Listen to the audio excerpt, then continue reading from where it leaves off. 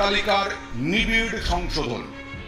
আপনারা জানেন যে আগামী 26শে এপ্রিল মেতেই ভোট এ রাজ্যে, আর সেই ভোট এসআইআর করে ভোটটাকে এগিয়ে নিয়ে যেতে চায় নির্বাচন কমিশন।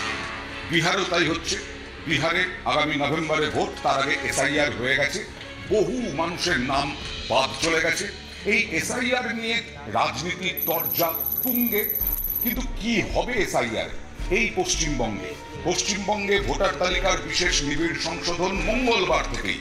এসআইআর নিয়ে নির্বাচন কমিশনের প্রস্তুতি একেবারে শেষ, এবং তাই আগামীকাল থেকেই এসআইআর, অর্থাৎ মঙ্গলবার থেকে এসআইআর, সোমবার রাত 12টার পর থেকে এই ভোটার তালিকা পুরোটা ফ্রিজ হয়ে যাচ্ছে। এই ভোটার তালিকা কেউ পাবে না নির্বাচন কমিশন ছাড়া। এই ভোটার তালিকা দেখা যাবে না, এই ভোটার তালিকায় কোনো কারিকুরি করা যাবে না আজকে রাত 12টার পর থেকে। নিশ্চয়ই এবার আপনাদের মনে হচ্ছে প্রথম, আপনারা নিশ্চয়ই মনে করছেন একটু বেশি বকছেন, আগে বলুন যে কি কি প্রয়োজন। হ্যাঁ, একদম নির্বাচন কমিশনের কথার ভিত্তিতেই বলছি। আজকে মুখ্য নির্বাচন কমিশনার জ্ঞানেশ কুমার তিনি প্রেস কনফারেন্স করলেন। তিনি প্রেস কনফারেন্স করে পশ্চিমবঙ্গে এসআইআর এ কি কি নথি প্রয়োজন, কাদের নাম তালিকা থেকে বাদ যেতে পারে, কারা অবৈধ ভোটার, বিহারে এসআইআর এর সঙ্গে পশ্চিমবঙ্গের এসআইআর এর কি পার্থক্য আছে, এই সমস্ত কিছু परिष्कार कर दिए। जो इन्यूमरेशन फॉर्म दिया जाएगा उसमें काफी चीजें प्री प्रिंटेड होंगी। मतदाता का नाम, उसका एपिक नंबर, उसका पता, सीरियल नंबर, पार्ट, कौन सी असेंबली है और उसका पुराना फोटो। आधार नंबर बिहार में भी ऑप्शनल तरीके से चुनाव आयोग ने लिया था और इस बार भी आधार नंबर लिया जाएगा। आपका नाम नहीं है 2002, 3 या 4 की मतदाता सूची में, तो आप अपने फादर, मदर या जो भी उस श्रेणी के जो रिलेटिव्स हैं उनके डिटेल भर सकते हैं, तो उससे भी ये मैचिंग सरल होगा। কেন এসআইআর এর প্রয়োজনীয়তা নির্বাচন কমিশন মনে করছে? কারণ প্রতি বছরই ভোটার তালিকা সংশোধন হয়। ভোটার তালিকা সংশোধনের কাজ করে নির্বাচন কমিশন। নতুন নাম নথিভুক্ত হয়, পাশাপাশি মৃত ভোটার বা অবৈধ ভোটার, অযোগ্য ভোটার, তাদের নাম বাদ যায়। এটা নতুন নয়, কিন্তু নির্বাচন কমিশন বলছে যে এই প্রক্রিয়াটা সততার সঙ্গে ছিল না। विगत कुछ दशकों से लगभग हर राजनीतिक पार्टी ने मतदाता सूची के शुद्ध न होने के ऊपर चुनाव आयोग को लगातार शिकायतें दी हैं। सन 1951 से लेकर 2004 तक लगभग 8 बार स्पेशल इंटेंसिव रिवीजन इस देश में चुनाव आयोग ने कराया है और आखिरी इंटेंसिव रिवीजन लगभग 21 साल पहले 2002 से लेकर 2004 की मियाद में पूरा किया गया। इस लंबे दौर में, 2 दशकों से भी अधिक लंबे दौर में मतदाता सूची में कई परिवर्तन आवश्यक हो जाते हैं। নিশ্চিত করা হবে দুটো বিষয়। এক, নির্বাচন কমিশন বলছে কোনো বৈধ ভোটার যেন বাদ না যান। 2, কোনো অযোগ্য ভোটার যেন থেকে না যান ভোটার তালিকায়। এই নিয়েই শাসক দল, এ রাজ্যের শাসক দল তৃণমূল কংগ্রেস, তারা বলছে, তারাও দাবি করছে যে কোনো অযোগ্য ভোটার যেন না থাকে, এবং তারা বলছে যে কোনো যোগ্য ব্যক্তির নাম যেন ভোটার তালিকা থেকে বাদ না যায়। এই নিয়ে বিভিন্ন সময়ে তৃণমূলের বিভিন্ন নেতৃত্ব হুঙ্কার, হুঁশিয়ারি দিয়েছেন। আজকেও তৃণমূল মুখপাত্র কুণাল ঘোষ জানিয়ে দিয়েছেন যে তাদের দাবি কোনো বৈধ ভোটারের নাম যেন বাদ না যায়। কমিশনও বলছে কোনো বৈধ ভোটারের নাম যেন বাদ না যায়, সেটাই হচ্ছে এই এসআইআর এর লক্ষ্য, এবং তার সঙ্গে সঙ্গে কোনো অযোগ্য ব্যক্তির নাম যেন না থাকে। স্বচ্ছ ভোটার তালিকা চাই, আমরাই বলেছিলাম। যদি জেনুইন ভোটার বা জেনুইন সিটিজেন, নাগরিককে তাদের যদি হয়রান করা হয়, যদি উদ্দেশ্য দেখা যায় জেনুইন ভোটারদের কাউকে বাদ দেওয়া হচ্ছে, সেক্ষেত্রে কিন্তু 1 লক্ষ কর্মী সমর্থক নিয়ে গিয়ে দিল্লিতে নির্বাচন কমিশনের অফিস ঘেরাও হবে। 2002 সালে যারা এই মুহূর্তে আমার এই একই কাণ্ড দেখছেন, অনেকেরই হয়তো জন্মই হয়নি 2002-এ। সেই 2002 সালে 23 বছর আগে এই স্পেশাল ইন্টেন্সিভ রিভিশন হয়েছিল পশ্চিমবঙ্গে। 23 বছর আগে, গত 10-15 বছরে গোটা দেশে এই কাজ করেনি কমিশন। এখন সংশোধন করার প্রসঙ্গে এই কমিশনের বক্তব্য যে এসআইআর এর জন্য নির্দিষ্ট কোনো দিনক্ষণ নেই, প্রয়োজন মনে হলে করা হয়। যদিও কংগ্রেস, তৃণমূল সহ বিরোধী দলগুলির বক্তব্য এসআইআর এ বিজেপির ভাবনাটা ঢোকাচ্ছেন গণেশ কুমার এবং মুখ্য নির্বাচন কমিশন বা মুখ্য নির্বাচন কমিশনার।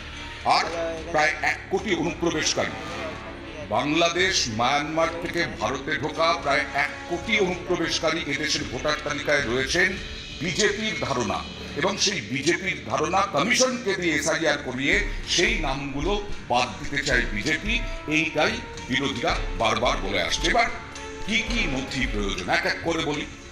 ধরুন আপনার 2002 সালে যেখানেই থাকুক না কেন, পশ্চিমবঙ্গের যে আসনেই থাকুক না কেন, ভোটার তালিকায় আপনার বাবা মায়ের নাম, তাহলে আর আপনাকে কোনো কিছু দিতে হবে না।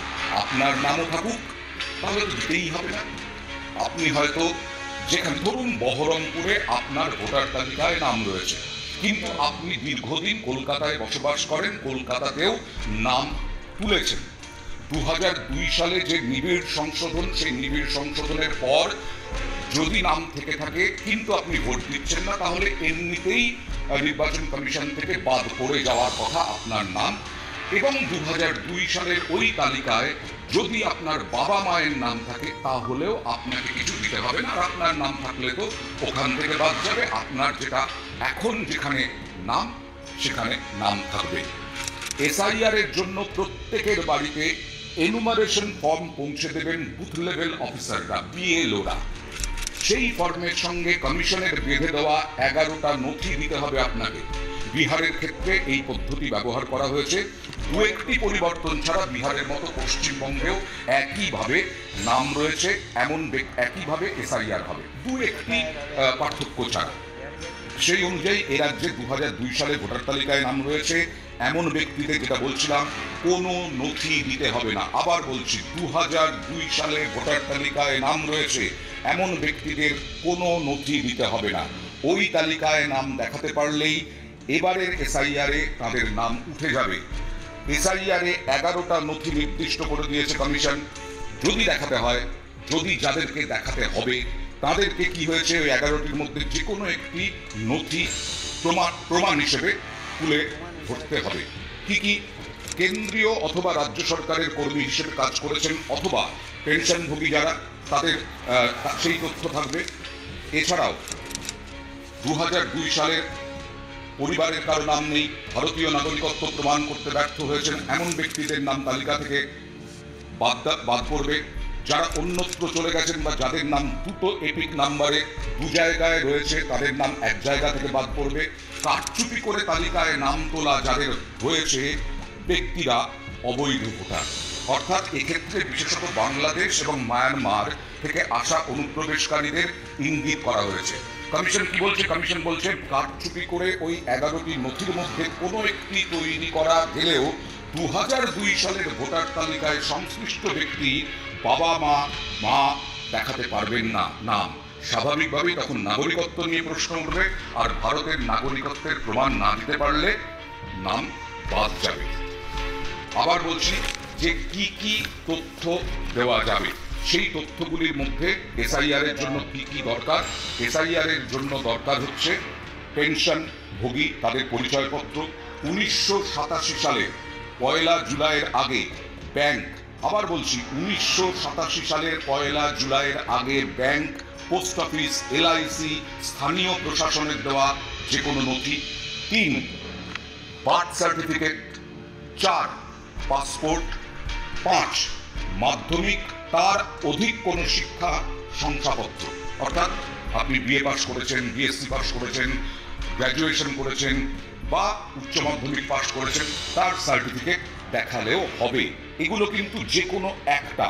6 রাজ্য সরকারের উপযুক্ত কর্তৃপক্ষের দেওয়া বাসস্থানের শংসাপত্র, অর্থাৎ আপনি আপনার যে ভাড়া থাকলেও আপনি এগ্রিমেন্ট করেন, আর নিজের ফ্ল্যাট বা বাড়ি হলে তো কোনো কথাই নেই, তার জন্য আপনি ট্যাক্স দিচ্ছেন, আপনার খাজনা রয়েছে, আপনার পর্চা রয়েছে। 7 ফরেস্ট রাইটস সার্টিফিকেট। 8 জাতিগত শংসাপত্র, এসসি এসটি বিভিন্ন জাতিগত শংসাপত্র, কোনো নাগরিকের ন্যাশনাল রেজিস্টার, স্থানীয় প্রশাসনের দেওয়া পারিবারিক রেজিস্টার অর্থাৎ বংশপঞ্জিকা, রেশন কার্ডে যেমন থাকে, জমি অথবা বাড়ির দলিল, যে কোনো একটি দেখানো যাবে। 11টি নথির কথা বললাম, এই 11টি নথির মধ্যে যে কোনো একটি দেখাতে পারলেই এসআইআর এ নাম তোলা যাবে। পশ্চিমবঙ্গে ভোটার তালিকায় নিবিড় সংশোধন, আর সেই নিবিড় সংশোধনে এসআইআর তালিকা কিভাবে প্রকাশিত হবে? এখন প্রশ্ন, এসআইআর এর তালিকা কিভাবে প্রকাশিত হবে? বিহারে 1 মাসের মধ্যে এসআইআর এর মূল কাজ শেষ করেছে কমিশন। তারপরে খসড়া তালিকা প্রকাশিত হয়, সেখানে কোনো ভুল রয়েছে কিনা, কোনো অভিযোগ রয়েছে কিনা সেই আবেদন জানানো গিয়েছে। এখানেও আপনার যদি কোনো অভিযোগ থাকে তাহলে আপনি দুবার আপনি কমিশনের কাছে অভিযোগ জানাতে পারবেন। প্রথমে আপনার স্তরে অর্থাৎ জেলায় বা মহকুমায় আপনি অভিযোগ জানাতে পারবেন নির্বাচন আধিকারিক যিনি থাকবেন, এবং সিইওর কাছে, মুখ্য নির্বাচনী আধিকারিকের কাছে জানাতে পারবেন। 3 বার করে আপনার বাড়িতে আসবে বিএলও, অর্থাৎ বিএলও অফিসাররা 3 বার করে বাড়িতে আসবেন।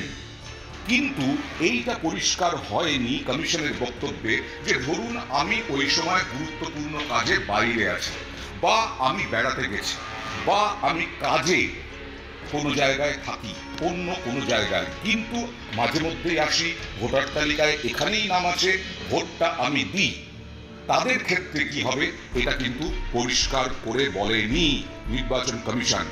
এবং আমাদের কাছে যা তথ্য আছে এখনো পর্যন্ত, যা পরিষ্কার করে দিয়েছে নির্বাচন কমিশন, যে এই ভোটার তালিকাতে কত বাদ যেতে পারে আনুমানিক বলা হচ্ছে, এখনো পর্যন্ত পরিষ্কার নয়। কারণ ম্যাপিং হয়েছে, আপনারা জানেন। সেই ম্যাপিংটা কি হয়েছে? ম্যাপিং হচ্ছে যে মিল দেখা হয়েছে 2002 সালের সঙ্গে এবারের ভোটার তালিকার মিল দেখা গেছে। সেখানে 52% পূর্ব মেদিনীপুরে, সব থেকে কম দেখা গেছে মিল পাওয়া যাচ্ছে যেটা ভোটার তালিকায়, সেটা হচ্ছে সব থেকে কম বিভিন্ন সীমান্ত এলাকায়, সীমান্তবর্তী এলাকায়। তাহলে এইগুলোর ক্ষেত্রে কি হবে? তাহলে কি ম্যাপিংটা বাড়বে? মানে বাবা মায়ের নাম রয়েছে, তাহলে তো আমাকে কোনো নথি দিতে হবে না। এই ম্যাপিং এর ক্ষেত্রে নাম বাড়বে কিনা, পার্সেন্টেজ বাড়বে কিনা, এখন সেটাই দেখা। আর সবশেষে বলি যে পশ্চিমবঙ্গে কত নাম বাদ যাবে পলিটিক্যাল লোকরা বলছেন, বিশেষ করে বিজেপি বারবার বলছে এখানে নাকি 1 কোটিরও বেশি নাম বাদ যাবে, তাহলে তৃণমূল কংগ্রেস ব্যাপক বিপদে পড়ে যাবে। কিন্তু এখনো পর্যন্ত কমিশন কোনো কিছু বলছে না, সুতরাং এইগুলো নিয়ে ভাবার এখনই কোনো প্রয়োজন নেই। আগামী 7ই ফেব্রুয়ারি চূড়ান্ত ভোটার তালিকা প্রকাশ হবে, তখনই বোঝা যাবে যে পশ্চিমবঙ্গে আসলে কত নাম বাদ গেল।